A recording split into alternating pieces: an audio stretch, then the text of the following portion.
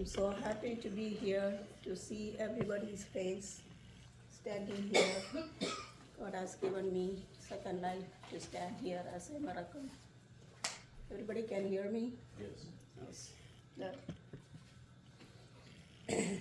So, after a long time, I'm seeing everybody because I was on isolation for so many days. 1 whole year, and then before that, 2 years before that. First of all, this meeting is, we are having it here to thank God and thank all the families who has been praying for me and thinking about me, calling me, texting me, encouraging words. That's why this meeting is conducted here to thank. First of all, I thank God for giving me this life to stand in front of you with good health right now. And God help me through all my sickness and everything. And I thank for each families. I thank all the people, all the families present here, all my kids and their families, their spouses, kids, and their parents and their siblings. I thank all of you, and they work real hard with me through these situations in my life. They struggled a lot with me, and I thank God for giving me caring children, all of them, and their families, their spouses' families too,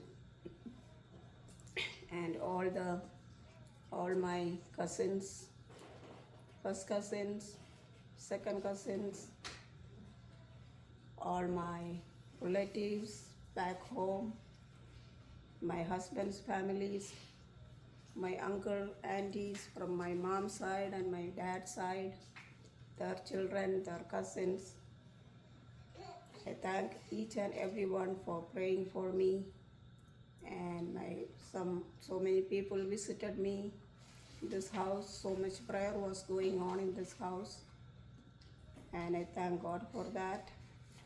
And all my husband's family, those who visited me from Canada, they came and stayed here with me. I thank them for that. And everybody sitting here, and all my sisters, they were always here helping me. The hospitals, visiting several times, bringing food almost every week. We didn't have no lack of food any time. So many people brought food. And they all took care of me and my one sister in Florida, Jane. She visited several trips here and stayed here with me and took care of me, and all other sisters and their families, their kids, they all been helping me. I thank everybody.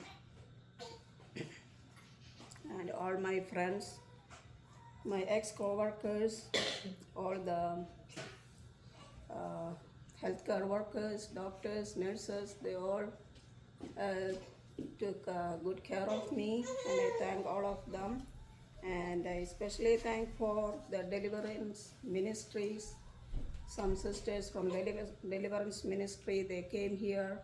They spent several hours with me, prayed with me, and I thank them for that too. God answered everybody's prayer. I thank for them too. And all my families back home, my husband's families and the families in Coimbatore, and all church members, Coimbatore church members in India, and all the church members here, different churches, people, everybody I thank. And may God bless everybody and give everybody a reward, double reward for all this you have done for me. Okay. Okay, now I'm starting my testimony. From 2021, I went to India. After my job finished, I went to India to join with my husband to do some ministry there.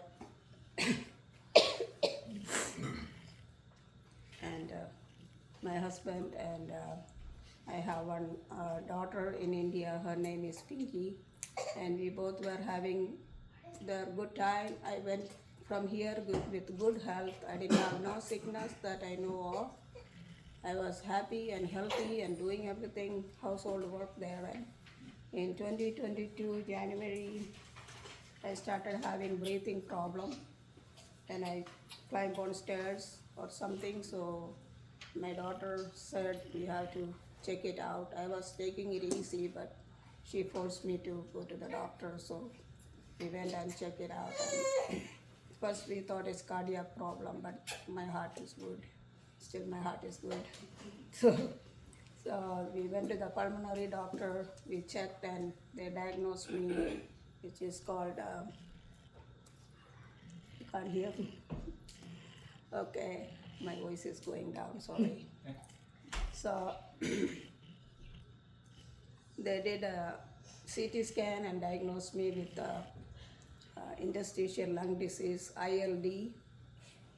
And as a nurse, I didn't know much about this sickness because it's a very rare condition, and I can't remember any patients I took care of with this disease. So I just took it easy, like it's nothing. But the doctor told me the scariest news, like this ILD is something that the lungs getting hard and the air is not passing through. So it's kind of my lungs getting bad every day, and it can, go completely dead. So they advised me. I went to Coimbatore, one hospital, PSG.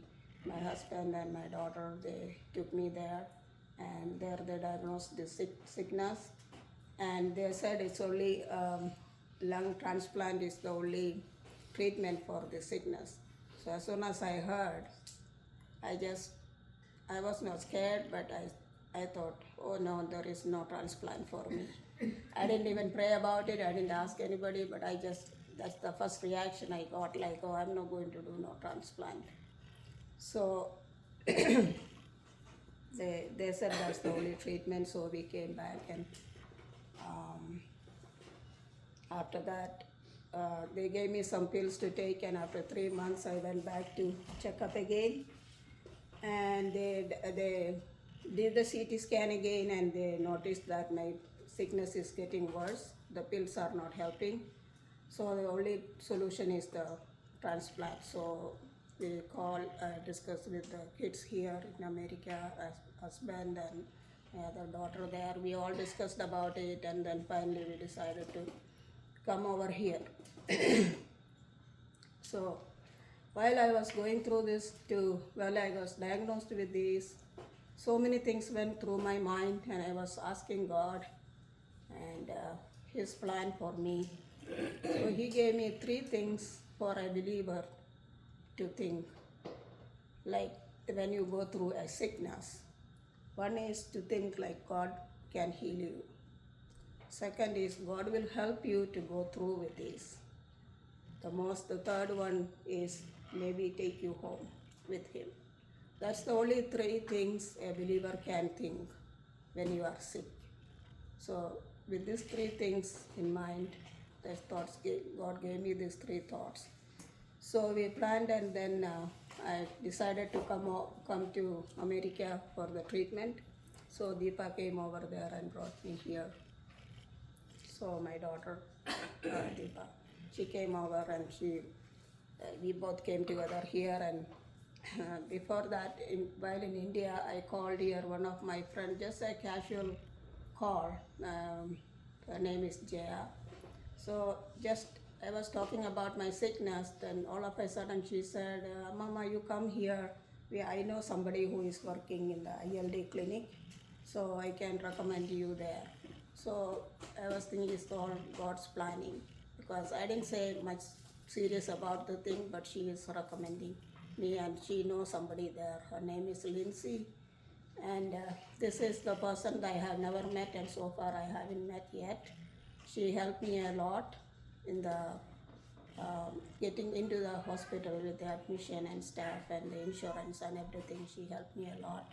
So God provided me with so many people throughout my uh, stages. He provided so many people to help me out in every situation that I never know. Like God is the one who is make nobody to somebody. So nobody that the person I didn't know in my life, there are other people too came. So he made somebody for me from them. So he is providing each step by step. He guided me through to come here and get the treatment. So we got the appointment there, and we went and saw that ILD specialist doctor, and they checked everything, and they told me the same thing, like we need a transplant. So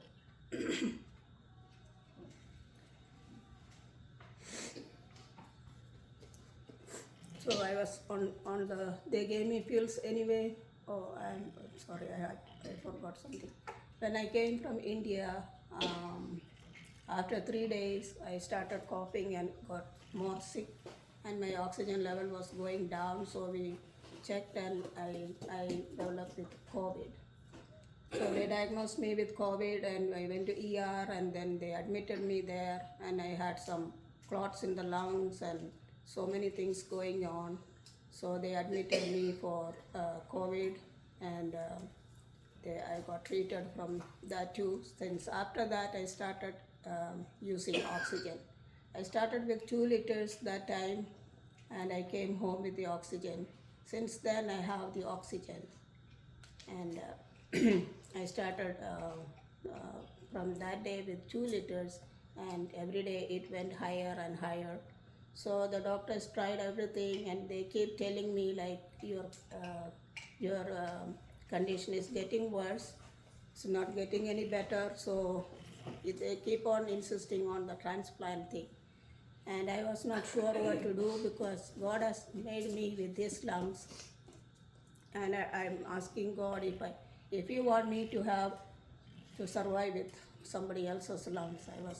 I was questioning God all this, and I was thinking, I was not sure what to do with the situation and what God is trying to tell me in the situation. So I keep at night time with God, I keep talking to God all the time, crying out and asking God what is his plan for me. So while I was going through this, and every day, so many checkups, going to the hospital, several admissions, admitted there, in the point like I was almost bedridden. I was using wheelchair, walker, and I thought, God, this the time maybe I will be a bedridden this time. I was so scared, and I was crying out, and I didn't want to be on bed. So finally I got out of it. God helped me to get out through all those sickness, all those issues, and came back home. And with the oxygen, I was almost more than a year. And every time when I go to the doctor, it's getting worse and worse. And they told on my face, like, you know that you are serious. Your condition is very serious. In other words, they want to tell me, like, you know you're going to die soon. Because the doctors had given me only 3 to 6 months time, that time, to survive. And so my lungs was working only 30%. So they said, you have to do something soon. So I was all confused. So again I prayed to God. At night time I will cry with my God alone, asking so many questions, and I started repenting all my sins. I mean, whichever I can remember. Every place I went, the school, college, nursing school, nursing jobs, where all hospital I worked, every place by place I placed uh, my sins over each place where I stayed, whether I can remember or not. I asked God for forgiveness.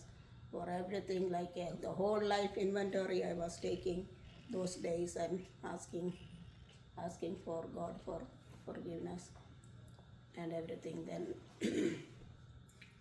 Then finally my oxygen was gone up to 15 liters. So that was the time you have to do something about it. This whole house was full of oxygen cylinders, and this my kids, they struggled really a lot, taking me to all the appointments with the oxygen cylinders. Whenever it's empty, you have to call them, bring them, and I was jokingly tell them like I have oxygen all over the house, but not inside me. So there is a cylinder everywhere, but I don't have it inside me. So I was joking like that. So I was struggling with that without the oxygen thing. So I can't go to get up or walk or anything. That made me so distressed. So anyway, so I wanted to God to confirm me with that transplant thing. So I started praying about it. And one night when I prayed and I told God, please talk to me tonight. Give me a confirmation from you whether I have to live with another lungs or the same one, or this is it, or this is the end that you want to take me home. So I prayed and I went to bed and I slept, and I had a dream, like a normal dream. It's not a vision, just a regular dream that I am going through anesthesia. I can see the anesthesia thing on me and everything. So I took that as a confirmation from God.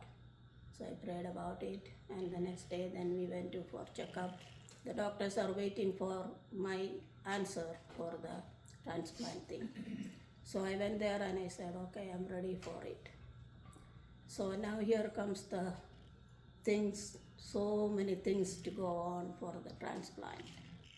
There are almost like 25 to 30 different tests. They check the whole body to make sure that I'm a good candidate for the transplant. So these kids were taking me all over the place, tested all, and thank God there was nothing that they found abnormal that they cannot do transplant. So everything went okay. It took so many months. Then by the time my condition got so worse, so they put me on the priority list for donor transplant. And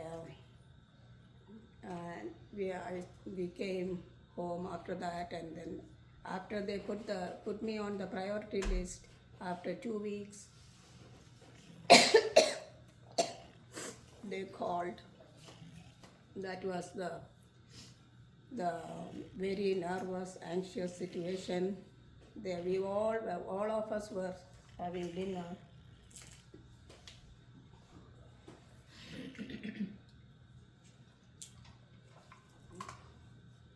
We all were having dinner, and the hospital called from there and said, we have a donor ready here. Are you able to come within an hour? So we all got nervous. I was shaking and shivering and sweating, and I called my husband back home, and he prayed and he consoled me. And then finally we all went to the hospital the same night. That was at night 11 o'clock. So we went there, and the thing they were telling like they're going to do right away, but when we went there, it took 2 more days. It was on January 26th I got admitted, and January 28th I got the transplant done. So God was so gracious and merciful, and he heard everybody's prayer. And by the time I was going through this sickness, so many people helped me here. We started a small prayer group here for sisters, like neighboring sisters around. So they sincerely, every Thursday, all the sisters came here. I mean, the neighboring sisters. They came here and they prayed with me with tears, crying over. And we started this prayer group on on the basis of the verse in Matthew 18:19 says, if two people ask anything in the world in my name, and I will give it to them. So we all claim on that word, we hold hold on to that verse and claim that God, you said that you will give us whatever we ask. So all these ladies here, every Thursday night they were coming here and we all prayed. And thank God, God answered everybody. They were praying, crying, and with tears. Sincerely, they were helping and praying. So that God bless them. So like that, they started, and God heard our prayers. And God also provided somebody. There is one of our family friend from India. She was, I known her like maybe 15 years or something ago. I known her, but after that I haven't seen her for so many years. I'm telling you this because how God is providing different people that we never thought, we never think that they're going to help us or something. But God will bring them at the right time when you need it. And how God taking care of his children so well. When I went to India, my daughter was there to take care of me, and my husband was there. She was with me in the hospital and for the lung biopsy. And when I came here, the kids were here. Kids are here. And then when Deepa went to work, there was nobody at home. So I was with oxygen. I needed help. But this person, her name is Ritu, she came here to our house. All of a sudden, she came, one time she came to the door and knocked the door, and we opened the door. After 15 years, we have no idea where this person is. So she just showed up. So we were so surprised. She said she was just driving through the area, so she thought, let me go check on this. How she know? Because she stayed here 15 years ago. So she just visited here, and then she stayed with me here helping me, so I was not at all alone. So in the daytime, she was here all the time. She helped me a lot. Like as a sister, she took care of me that time, and that how God helped me in all the situations.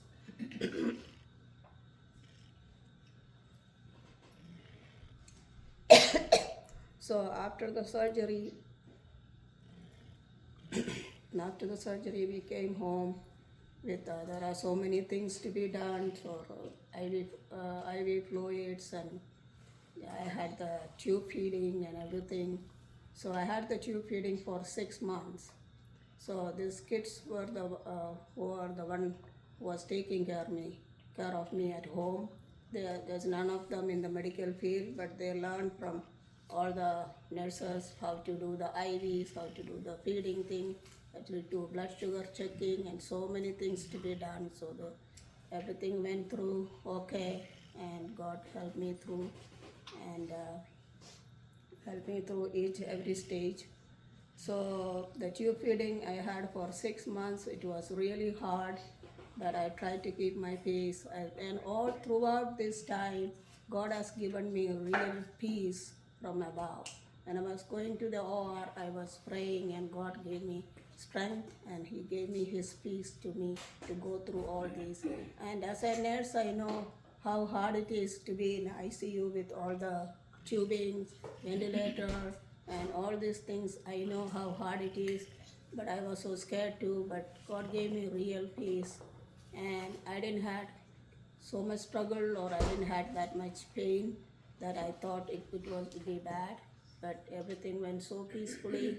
Everything God made me go through peacefully. So I thank God for that, and now I'm feeling better. I'm so happy to see you all. So thank you for coming, and God has extended my life, so He has a plan for me. So I'm asking God to show His plan, and do his ministry somehow.